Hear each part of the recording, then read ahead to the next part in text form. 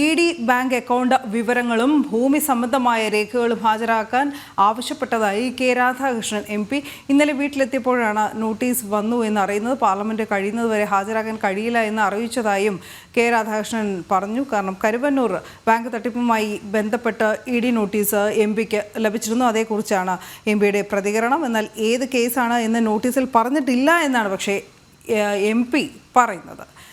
ആനന്ദ് പുതൂർ വിവരങ്ങളുമായി ചേരുന്നു. ആനന്ദ്, വിശദാംശങ്ങൾ. എന്തായാലും ഈ കരുവന്നൂർ തട്ടിപ്പുമായി ബന്ധപ്പെട്ടുകൊണ്ടുള്ള കേസിന്റെ തുടർ നടപടികൾ കടക്കുന്നതിനിടെയാണ് ഇപ്പോൾ കെ രാധാകൃഷ്ണൻ MPക്ക് നോട്ടീസ് നൽകിയിരിക്കുന്നത്.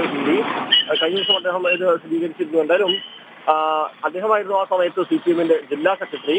അദ്ദേഹം പറഞ്ഞ പ്രധാനപ്പെട്ട കാര്യം, ഇന്നലെ വീട്ടിലെത്തിയപ്പോഴാണ് നോട്ടീസ് വന്നു എന്നറിയുന്നത്. വൈകുന്നേരമാണ് ഈ വിവരം അറിഞ്ഞത്. ഇന്നലെ ഹാജരാകണമെന്ന് പറഞ്ഞുകൊണ്ടായിരുന്നു നോട്ടീസ്. പക്ഷേ സ്വാഭാവികമായും അതുകൊണ്ട് തന്നെ ഇന്നലെ ഹാജരാകാൻ സാധിച്ചില്ല എന്നുള്ളതും പറയുന്നു. നോട്ടീസ് ലഭിച്ച ഉടൻ തന്നെ ഹാജരാകാൻ കഴിയില്ല എന്ന് ED ഓഫീസിനെ അറിയിച്ചതായും അദ്ദേഹം പറയുന്നു. പാർലമെന്റ് കഴിയുന്നത് വരെ ഹാജരാകാൻ കഴിയില്ല. ഈ ബാങ്ക് അക്കൗണ്ടുകളും ഭൂമി സംബന്ധമായ കാര്യങ്ങളും പാർട്ടികളും സംബന്ധിച്ച രേഖകൾ ഹാജരാക്കണമെന്നാണ് ED നോട്ടീസിൽ പറഞ്ഞിരിക്കുന്നത്.